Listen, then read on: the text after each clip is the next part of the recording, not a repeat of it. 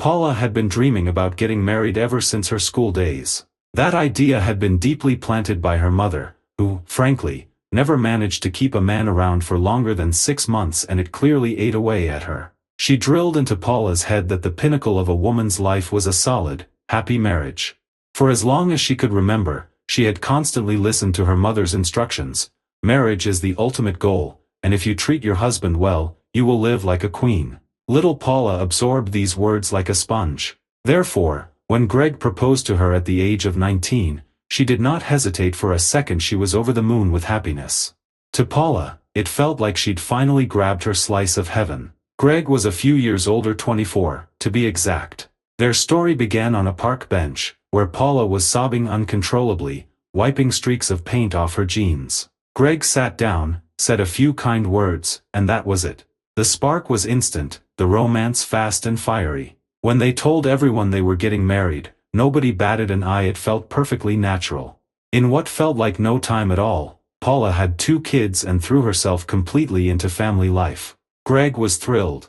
His wife not only handled everything, she went above and beyond. Even when she was dead on her feet, Paula made sure to keep up appearances, clinging to that good wife image her mother had always painted. A hot meal was always ready, the kids would greet their dad with kisses before scurrying off to bed, and then the couple would retreat to the bedroom for their nightly routine.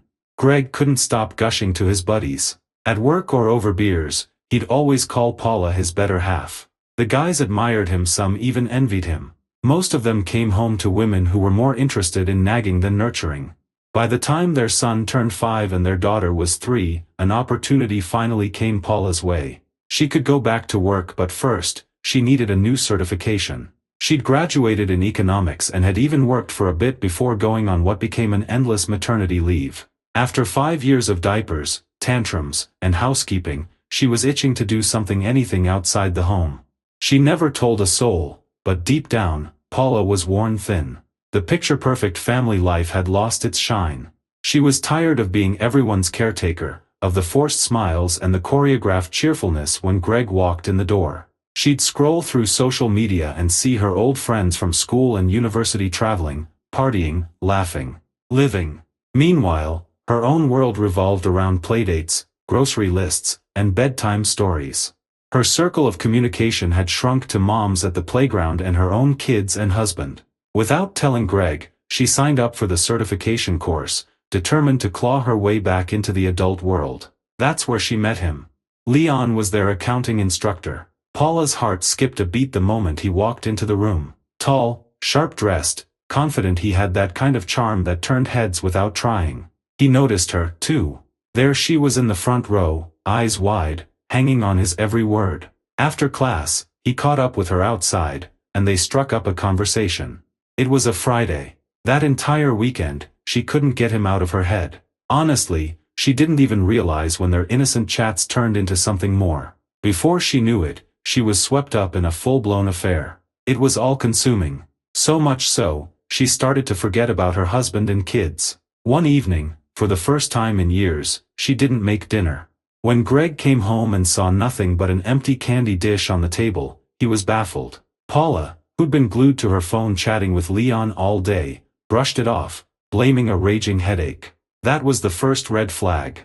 3 weeks later, their son came down with something, and Paula had no choice but to come clean, at least partially. She told Greg she'd enrolled in a course. He was taken aback, a little grumpy about it, but agreed, asking his mom to help with the kids. While his mother played the doting grandmother, Paula was wrapped in Leon's arms, sinking deeper by the day. Suddenly, Paula's changed behavior began to alarm Greg. Dinner was no longer a certainty. More often than not, the table remained bare. She overslept in the mornings, failed to see him off to work, and had altogether withdrawn from their once routine intimacy. Greg couldn't remember the last time he'd touched her in bed. Anger simmered beneath his silence. The discontent gnawed at him, eroding his composure. For the first time in their shared life, the perfect facade began to crack. Paula and Greg started to argue. "I forbid you to go to work," he bellowed during one of their mounting confrontations. "I'm not your property," she snapped back. Their home, once quiet and content, echoed with raised voices. Once, they had pitted friends whose homes were battlegrounds of constant quarrels. Never had they imagined their own marriage would tread such a path. Their relationship had been on the surface flawlessly harmonious. Painfully so. Meanwhile, the course was drawing to a close. Paula and Leon both knew their stolen hours together would soon be reduced to mere memory. A few times, she broached the subject of leaving Greg starting anew with Leon, but he remained non-committal, vaguely sympathetic, yet distant. She stopped mentioning it. In her heart, Paula knew she had no real hold on Leon. They were lovers, nothing more. She hardly knew him. Perhaps he had a family of his own. Still, the thought of returning to Greg, whom she no longer loved, was unbearable. And yet how could she leave? The children bound her to the life she wanted to escape.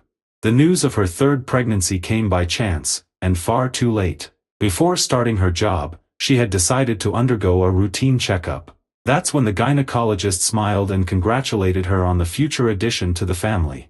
She fainted right there in the examination chair. When she came to, the doctor informed her that termination was no longer an option. She sat in the clinic hallway, sobbing for hours, crushed beneath the weight of what this meant. The timing, the father, it all pointed in one direction, and it wasn't Greg.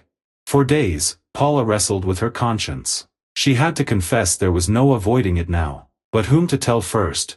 Her husband or her lover? Fate decided for her.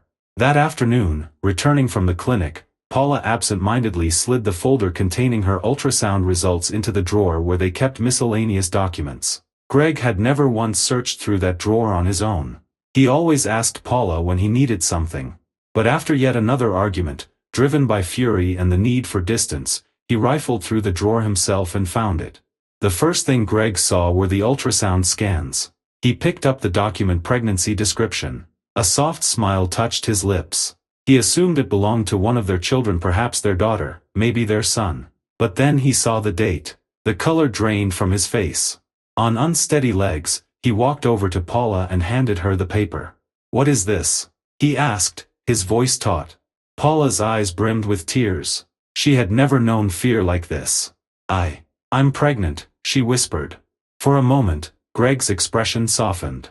A smile broke across his face. He gathered her into his arms and held her tightly. Kind words tumbled from his lips like a flood. But Paula wept harder, her breath catching in her chest. Then, suddenly, a wail burst out of her, raw and desperate. "He's not yours," she cried. "I don't love you." She tore herself from his embrace and sank into the couch cushions, trembling. Her words echoed through the room, taking a moment to truly settle in. When they did, Greg's face twisted with rage. His fists clenched, his body surged forward, but he stopped himself just in time. Paula sobbed uncontrollably. "Who?" he roared, slamming his fist into the wall. "Who is he?" Through hiccuped breaths, Paula told him everything. That same evening, Greg packed his things and left. Later, she confessed to Leon as well. But upon hearing the truth, he tightened his jaw and said coldly, "I won't acknowledge the child. Paula, I have a family." But she tried to speak, but he cut her off. "Try to reconcile with your husband. You'll manage somehow." His words made her sick. She had never imagined such cruelty behind his gentle facade. Both men abandoned her. And so, her worst nightmare crept into reality. She was alone. Alone with 3 children and no path forward. She wanted to scream with grief, with rage, with unbearable humiliation. The betrayal had led her here, and now she couldn't even accept the life she'd been left with. Greg did what he could for the children, but that was all. After the divorce, even her own mother turned her back. Paula was left to carry the burden by herself. After work, she would come home, collapse onto the bed, and cry into her pillow until sleep took over. A brief, blinding passion had scorched everything in its path, leaving nothing behind but ash, and in it, a woman standing alone, clutching the remnants of a life that had never truly made her happy.